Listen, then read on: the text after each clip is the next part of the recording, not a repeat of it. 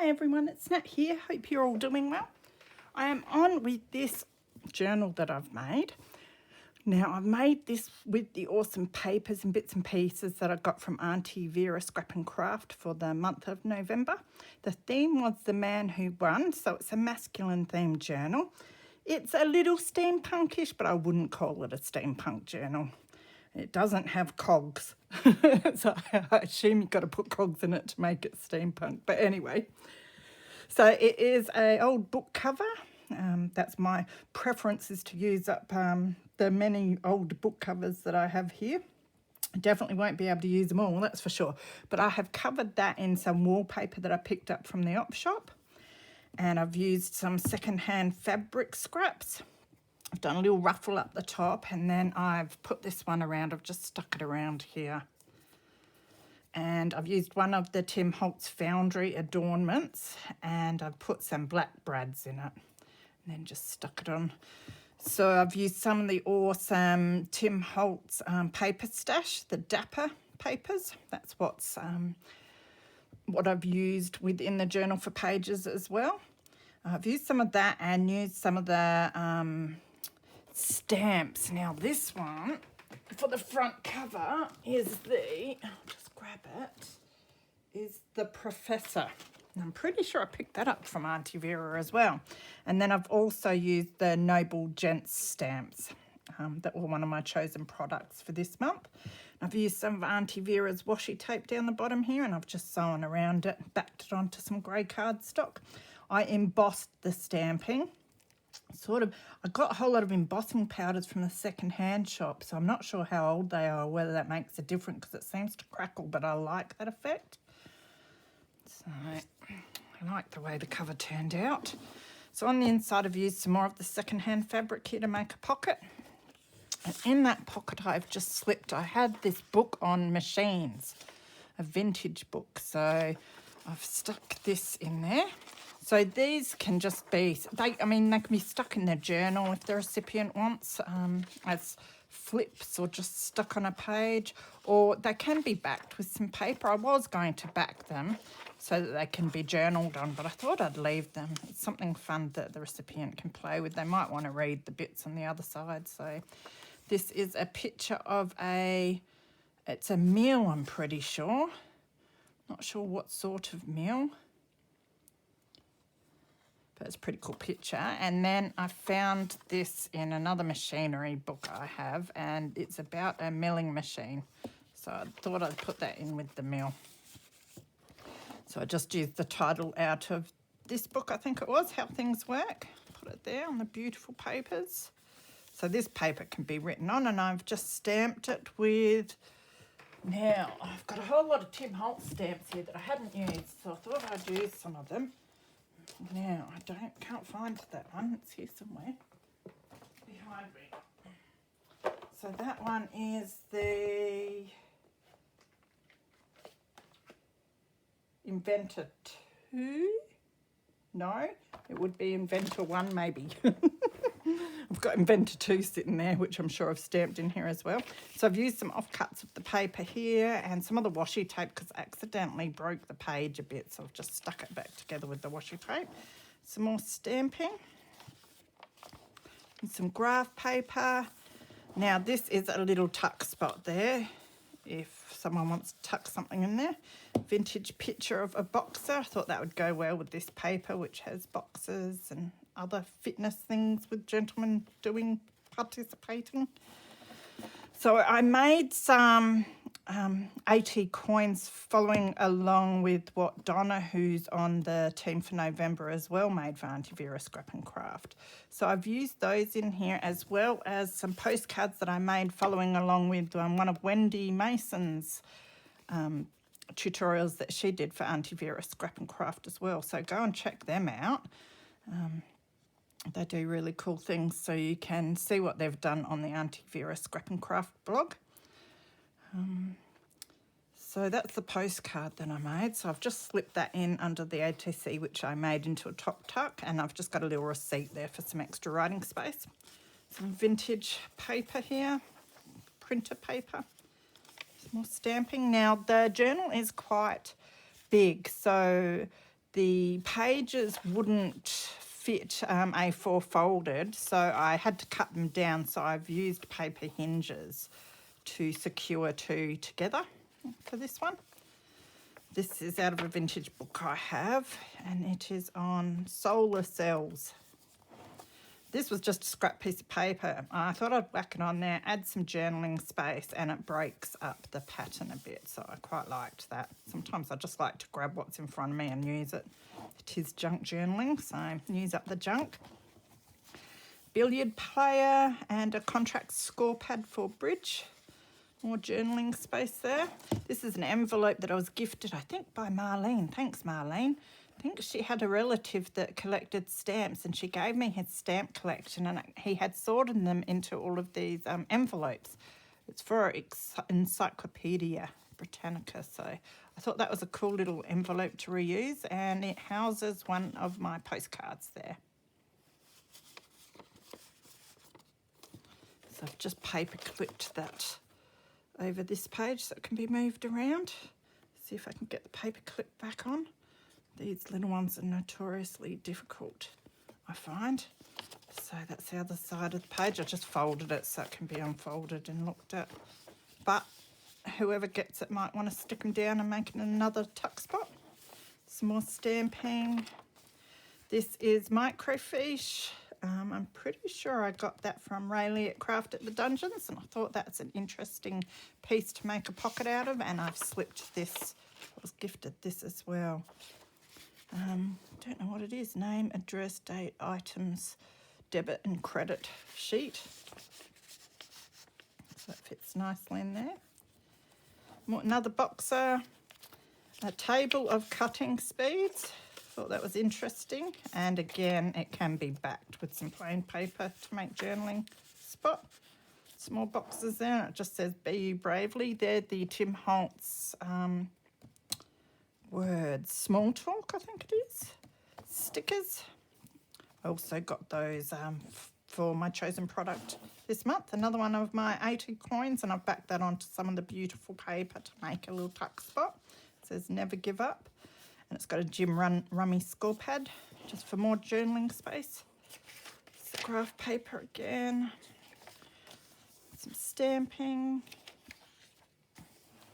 So this is a journaling card that I have made with a picture of a doctor. It says Medicine and Insight into Doctor's Training, and I've just backed that with paper so it can be written on.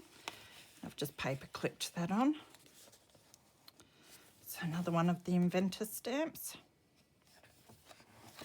Thought that went nicely on this paper actually, especially because it has that on the other side.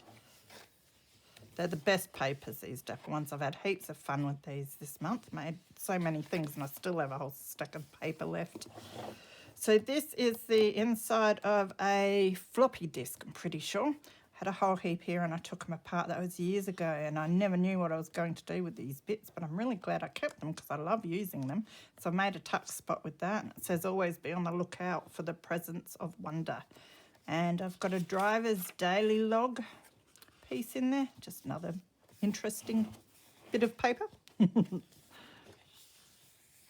So there's a lot of room in this one for writing spots or decorations to be added. I didn't over embellish it. Bit of paper on taking energetic measures. Some beautiful, it's almost antique, this carriage van and sundry and truck stock from the Victorian Railways paper. More stamping. A tuck spot here, and I've just stuck in some, I think it's post office paper because it's about stamps received and stamps used.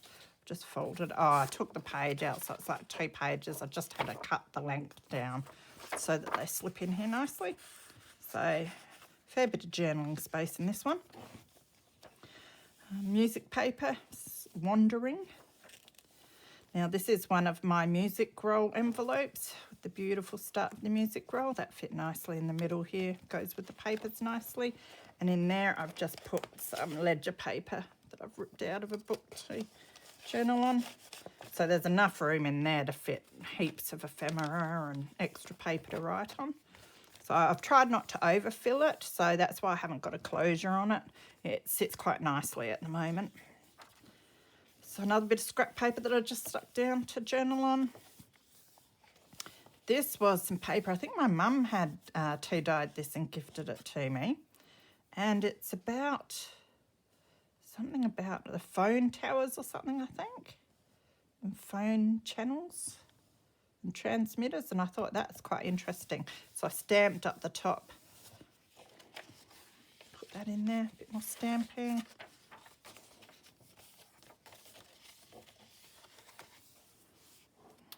Man with his aeroplane, and this is out of my machine book, and it's got about an aeroplane and supersonic speed.